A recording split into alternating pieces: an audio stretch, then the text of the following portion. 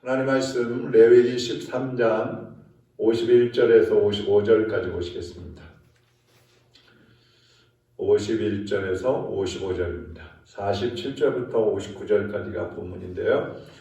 51절에서 55절까지만 읽겠습니다. 교독하겠습니다. 55절은 같이 읽습니다. 이레 만에 그 색점을 살필지니 그 색점이 그 의복의 나래나 씨에나 가죽에나 가죽으로 만든 것에 퍼졌으면 이는 악성 나병이라. 그것이 부정함으로 그는 그 색점 있는 의복이나 털이나 배의 날이나 씨나 모든 가죽으로 만든 것을 불사를 지니 이는 악성 나병인즉 그것을 불사를 지니라.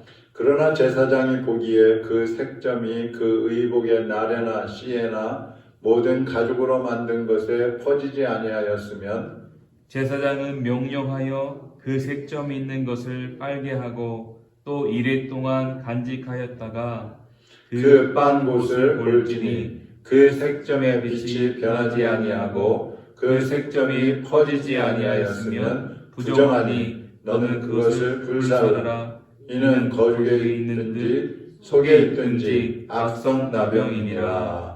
아멘. 몸에 닿는 것까지 정결케 하라, 이런 제목입니다. 우리 몸에는 수십조 개의 세포들이 존재하는데요.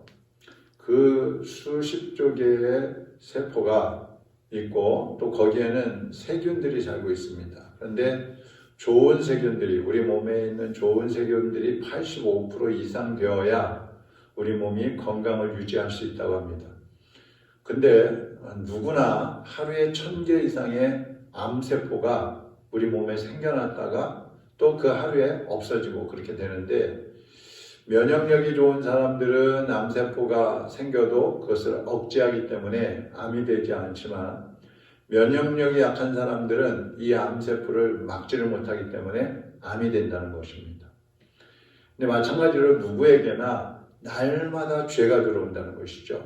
죄가 들어오는데 그 죄와 함께 살 것인지 아니면 그 죄를 억제하고 거룩하게 살 것인지, 이것이 이제 우리가 결단하고 또 분별하고 결정해야 될 그런 부분이라는 것입니다.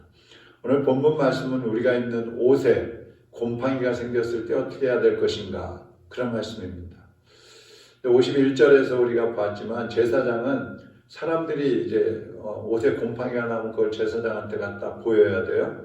그러면 그 제사장들이 가져온 옷을 살피는데 일주일을 그대로 두었다가 그 얼룩이 옷 전체로 번졌으면 이건 부정한 것이다. 그래서 불사를 하고 했고, 그 부위, 처음에 가져왔을 때의 그 부위에 얼룩이 있었던 거 그것이 그대로 있으면 이거는 부정한 것이 아니다. 그래서 그 부위만 잘라내라고 이렇게 얘기를 합니다. 그러니까 이 당시 옷이라는 것은 이제 한 벌밖에 없는 거예요. 겉옷. 그것도 광야에서 겉옷이라는 것은 밤의 추위를 가리는 그런 이불과 같은 그런 역할을 하는 것입니다. 근데 이걸 태워버리라고 하면 한 벌밖에 없는 옷, 제사장과 같은 그 옷을 불사를 하고 하면 어떻게 했어요? 옷 주인은 한 벌밖에 없기 때문에 그것을 불사른다는 것은 대단히 부담이 되는 일이었다는 것이죠. 그렇지만 다른 옷에 번지거나 또 다른 물건에 번지거나 사람들에게 번지는 것을 막기 위해서 그것을 즉시 태웠다는 것입니다. 그러니까 우리가 옷을 습한 데다가 두면은 그 옷에 곰팡이가 나기 시작하면 금방 옷 전체로 퍼지는 것을 볼 수가 있는데, 죄도 마찬가지라는 것이죠. 어떤 불평하는 마음, 또 불신앙, 원망하는 마음, 또 분노, 이런 것들을 그대로 두게 되면 그게 내 생을 망치게 할 수도 있고 또 공동체 전체로 퍼질 수 있다는 것이죠. 그래서 이스라엘 백성들을 보면요, 광야를 가는데 어떤 한 사람이 막 불평을 하기 시작하면 그것이 금방 전체로 퍼져가지고 모든 백성들이 막 같이 불평하고 원망을 하는 거예요. 이스라엘 백성들이 가나안에 들어갔을 때 하나님께서 우상과 그 우상을 섬기는 사람들을 멸하라고 하셨는데 그걸 하지 않았어요. 그러다 보니까 우상 숭배가 이스라엘 백성들에게도 그대로 퍼져가지고 나중에는 이스라엘 백성들이 여호수아가 죽고 그 지도자들이 죽고 나니까 우상을 섬기기 시작하잖아요. 그래서 사사시대 그때는 하나님이 징계하시고 또 회개하고 또 징계하고 회개하고 그게 다 우상 숭배 때문에 그렇게 됐다는 것입니다. 그러니까 죄가 이렇게 무서운 것이죠. 그래서 범죄할 수 있는 어떤 환경이라든지 아니면 옷이라든지 그릇이라든지 뭐 사람이라든지 나를 죄짓게 할 수 있는 것들이 있다면 그것들을 끊어내야 된다는 겁니다.